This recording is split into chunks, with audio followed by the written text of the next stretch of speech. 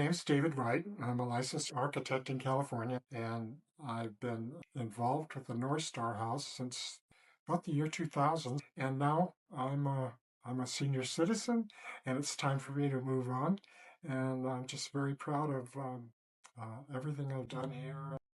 The house was really in bad shape when I first saw it. It had a 10-foot high wood fence around it. It was overgrown. It had additions that were illegally and not gracefully added, and it was chopped up inside into many little rooms. And most people couldn't actually see through that.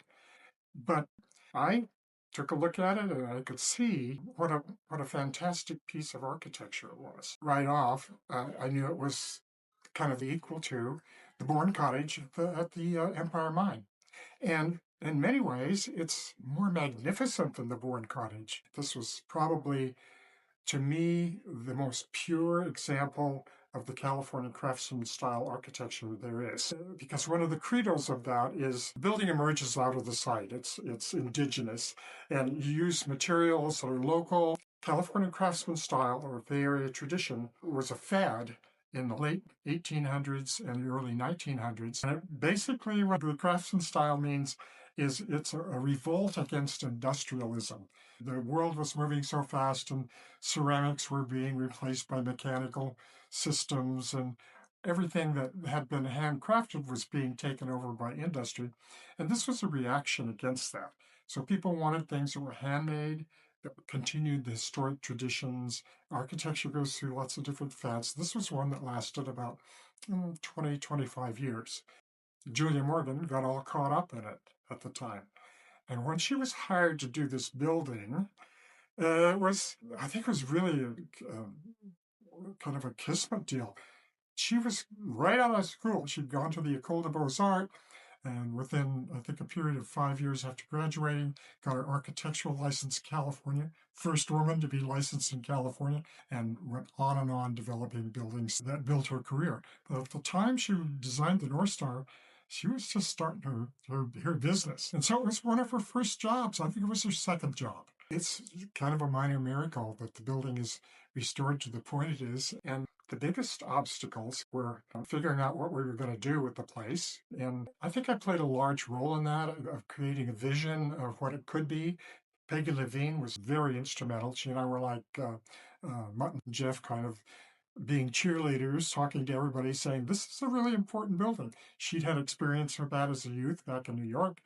I was an architect who could see the potential. But the North Star House, to be a really important part of the community, needs to be gathering place. It's an ongoing place of creation and learning, and hopefully a lot of education. I think that's the future of the North Star House, is making it a public place. That's going to serve the greater good of the community going forward for, we're talking decades, millennia, or in perpetuity is the word I like to use. One of the balancing acts here is to restore the building so that it's got the historical aesthetic and charm and warmth that Julia Morgan designed. That's the goal.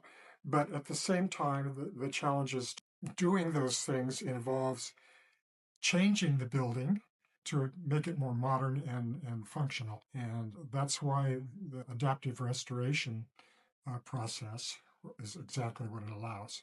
Is a historic building of this nature, nationally important, is to make sure that when people come in, there are lights, there are exits, there are accessibility, all of the other things that are important for bringing the public in here. Since I'm retiring, trying to make sure that people got involved and the public knew about this place, and that we did a responsible job of restoring it and making it a really viable part of the infrastructure of the community. My fingerprints are all over the place. I've spent so much time here. And I was very involved in the Heritage Garden. I welded the back gate that's on the Heritage Garden, and I coordinated the landscaping and did the drawings for the improvements of that particular project. I built the front gate at the main entrance. I got the permits for building the garage that we share with the land trust and for the outdoor restroom here. Did the drawings, helped raise the funds, and got a contractor to build it so we can bring people onto the ground. So that was kind of a major thing. One of the most personal things that we did is the trellis that's in the courtyard. Both of my daughters got married here. I designed it. We, as a family, funded and actually physically built that trellis. And then, of course, the big thing is the kitchen and the restrooms and the accessibility of the main house was really my planning and fundraising and focusing on trying to get the house so that we could bring people inside. I think that's where I'm proudest of.